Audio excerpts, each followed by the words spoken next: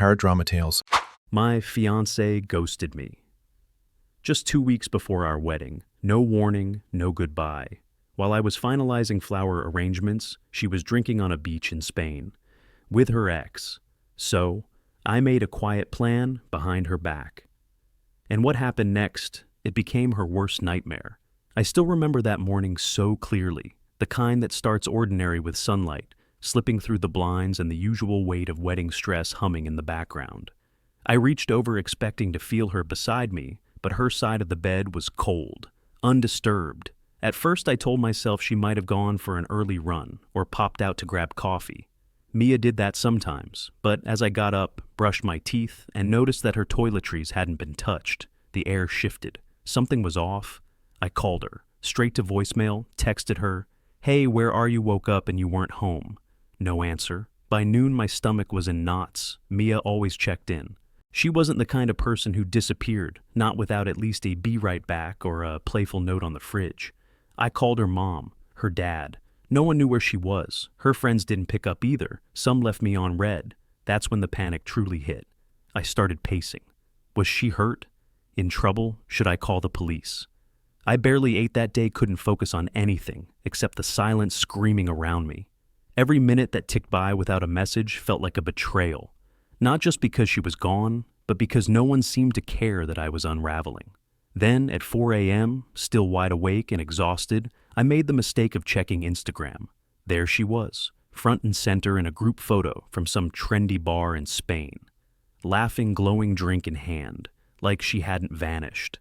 Like she wasn't engaged to a man sitting alone on the floor of their apartment, wondering why the woman he loved disappeared without a trace. And in that moment, the silence made sense. It wasn't fear. It wasn't a mistake. It was a choice. That photo told me everything her texts didn't. Mia hadn't just forgotten to tell me where she was, she didn't want to. And somehow, that hurt more than any cheating scandal or screaming match ever could. It was the first time I realized I might not be marrying the person I thought I knew. When the phone finally rang the next evening, I froze. Her name lit up the screen like a cruel joke, Mia calling, after nearly 2 days of silence. My heart hammered. My thumb hovered over the green button. And then I answered. "Hey," she said casually, like she'd just stepped out for groceries. Like she hadn't ghosted me, her fiancé, with a wedding 2 weeks away. I didn't even let her finish. "Do you have any idea what you've done?" I said. My voice tight, my hands trembling. "You disappeared. I thought something happened to you. I called your family. I almost called the police. Do you understand what that did to me?" She sighed, bored. "It's not that big of a deal, that sentence. That sentence broke something in me? Not that big of a deal?" She left the country without a word. She missed calls, ignored texts, left me spiraling in our shared apartment thinking the worst. And now, she was treating it like I'd overreacted to a forgotten dinner plan. She explained, if you could even call it that.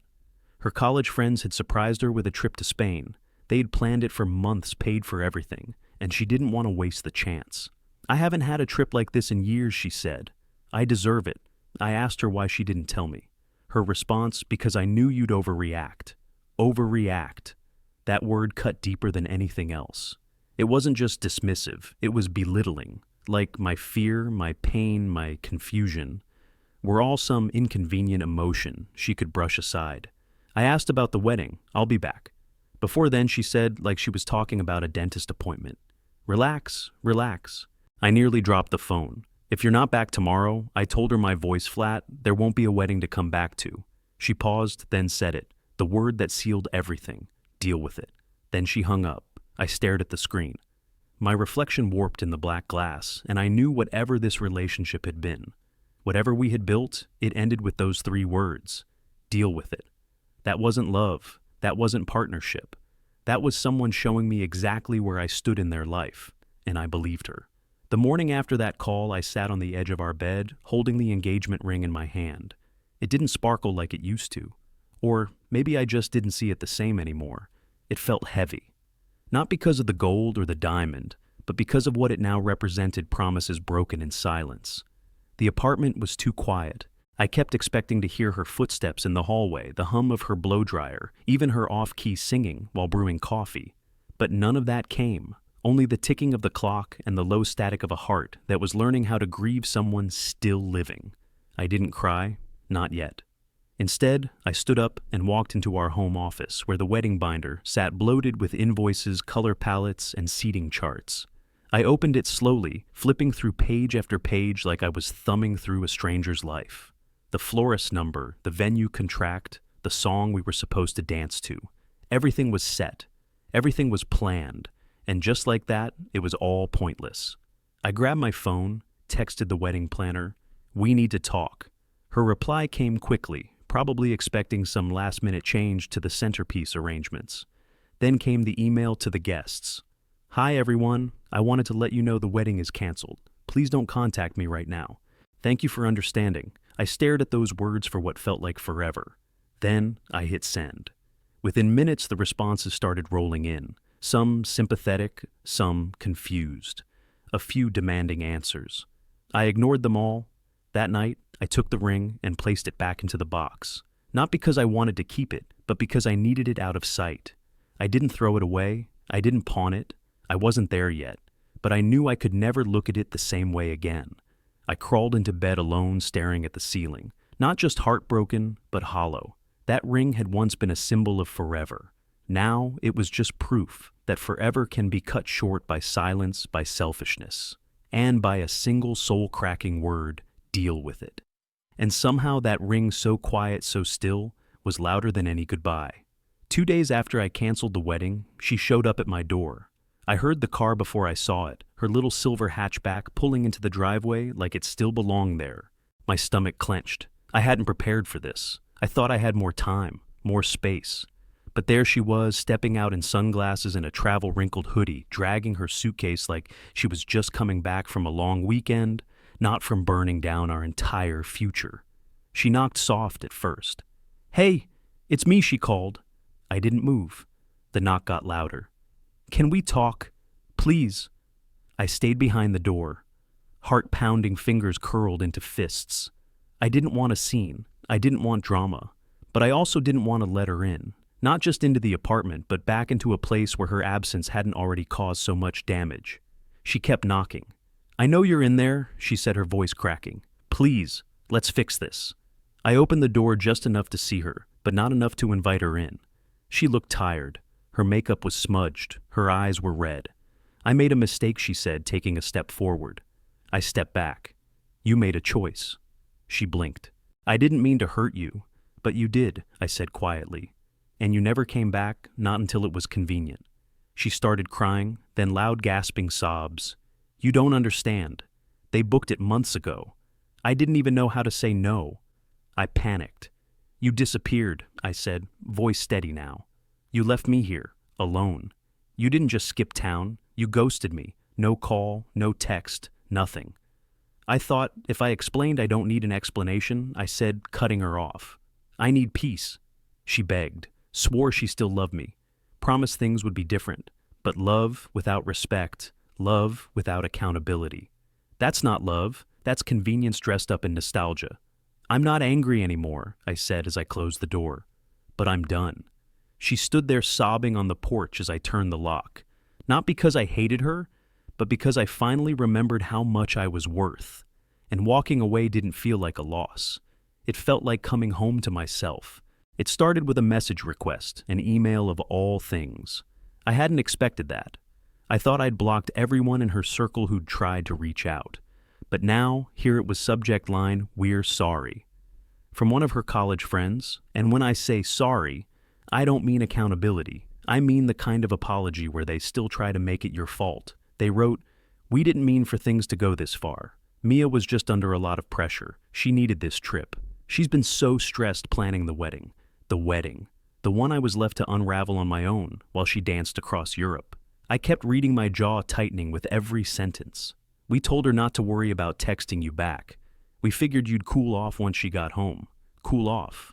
Like I was some unstable guy who'd flip out if his fiancée vanished across the globe 2 weeks before their vows. They admitted to encouraging her. They told her I was overreacting and that she deserved to have fun before settling down. And somehow, I was the problem for not understanding that I didn't respond. I didn't need to. But it didn't stop there. More messages trickled in mutual friends who had seemed neutral before, now suddenly defending her. One said, "She didn't cheat on you. It was just a trip. Don't throw away 6 years over a misunderstanding." Misunderstanding. Ghosting your partner, ignoring every message, lying by omission, and acting like nothing's wrong when confronted, that's not a misunderstanding. That's a betrayal of trust. What hurt more than the trip was the campaign that followed. The way everyone tried to twist the story, make it seem like I'd lost my temper or let my ego get in the way. That word came up a lot. Ego. As if standing up for myself, for our relationship, for basic respect, was something shameful. The hardest part wasn't Mia's silence. It was realizing how many people were willing to protect her comfort at the expense of my reality. Because when someone you love disappears without a word, it's not about drama, it's about dignity. And I wasn't about to give mine away just to keep a version of love that never really saw me in the first place. I thought the hardest part was over when I canceled the wedding. I thought that once I made that decision, the worst of the storm had passed. But I hadn't accounted for the aftershocks, especially from my own family. It started with my mom. She called me 3 times in one afternoon. When I finally picked up, her voice was already laced with disappointment. "Sweetheart, she made a mistake, but we all do. Are you really going to throw away 6 years because of one bad choice?" That line, one bad choice, it kept coming up. Over and over. As if disappearing for days without a word, ignoring calls, and then casually saying, "Relax," wasn't a symptom of something deeper. As if love could excuse anything, even disrespect. My dad wasn't any better. She was overwhelmed. Wedding planning is stressful for women, you know. Don't let your pride ruin something good. Pride, ego, drama. These words were being weaponized against me like I was the villain for not accepting emotional neglect. When I tried to explain, they cut me off. "You're being too harsh. She came back, didn't she?" Yeah, she came back. But not with remorse, just a suitcase, and the same entitlement that led her to leave in the first place. It wasn't just my parents either. My aunts, my cousins, even my older brother all started chiming in. Some thought I should hear her out. Others asked, "Aren't you too old to start over?" And the worst one, "You'll regret this when you're alone." It felt like I was drowning in a sea of voices that all cared more about the image of a wedding than the substance of a marriage. I stood my ground. I told them, if this is the cost of peace, then I'll pay it. And I did. For weeks they pulled back, calls stopped, invitations dried up. The holidays came, and instead of a crowded dinner table, I sat with a few close friends and a quiet kind of freedom. But, you know what? That silence, the one that used to terrify me, started to feel like something else, a boundary, not empty, just uncluttered, because choosing peace will always cost something, but staying in a relationship where you're unseen, that costs everything. I didn't expect to see her again, not really. Not after the boxes were gone, the texts had stopped, and the noise around the canceled wedding had finally quieted down. But grief has a strange rhythm. Just when you think you've moved on, it plays a familiar note. It had been a little over a month since she left for the last time. I was in a quiet corner of a coffee shop, the kind of place that smelled like cinnamon and second chances. I had just placed my order when I saw her Mia sitting by the window, staring down at her phone, like the world had shrunk into that little screen. She looked different.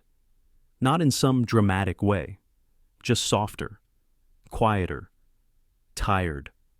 Our eyes met. And for a moment, I was back in the kitchen with her arguing over flights and friends and silence. Back in our old apartment, wondering why she wouldn't answer my calls. Back in the chapel, imagining a wedding that would never happen. She waved small, uncertain. I could have left. I should have. But instead, I walked over. My legs moved before my brain could object. She gestured to the seat across from her, and I sat. We didn't talk about the wedding, or the trip, or the anger. Instead, we talked about her new job. I mentioned mine, small talk, shallow waters. It was surreal, like chatting with someone you once loved in another life. The pain was still there underneath the surface, but so was the acceptance.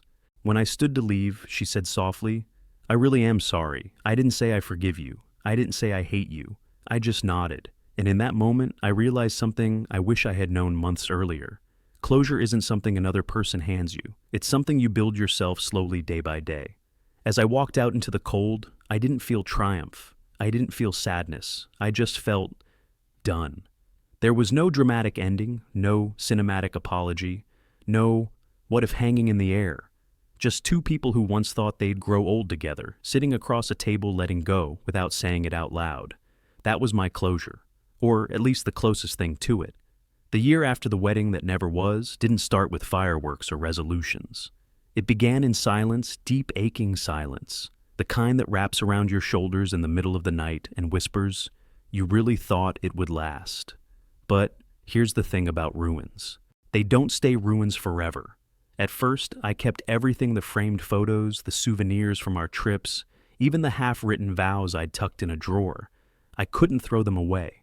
I told myself it was nostalgia, but the truth was simpler. I wasn't ready to believe it was over. Not just the relationship, but the future I thought I had. It took me 3 months to admit I needed help. A friend, someone who didn't try to fix me, just quietly said, "Maybe talk to someone." So I did. Therapy wasn't some dramatic breakthrough.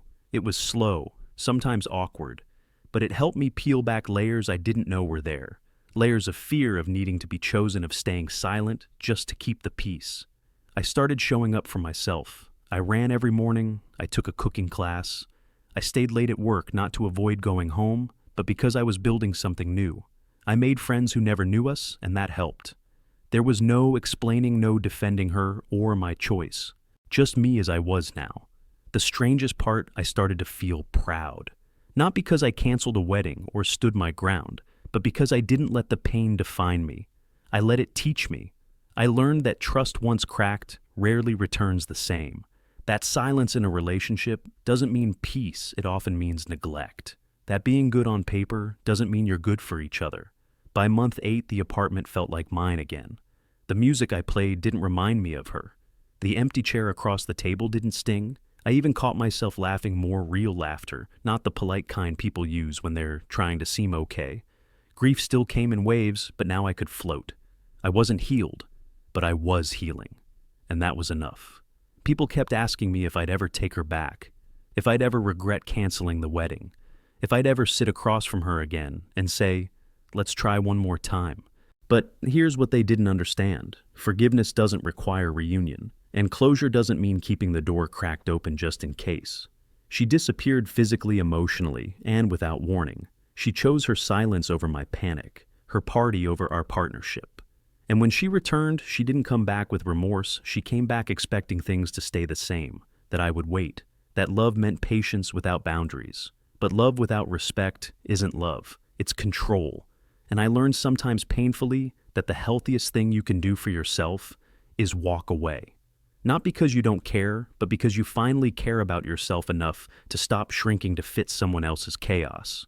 So no, I don't owe her a second chance. Not when she ghosted me 2 weeks before our wedding. Not when she told me to deal with it. And certainly not now. If you're watching this and you're still wrestling with guilt, if you're scared that choosing peace means being cold or selfish, let me remind you, you don't owe a second chance to someone who disappeared without saying goodbye. You owe yourself the life that stays when things get hard. If that story moved, you stick around. Because the next one, it's about the love you find when you stop begging for the wrong one to return.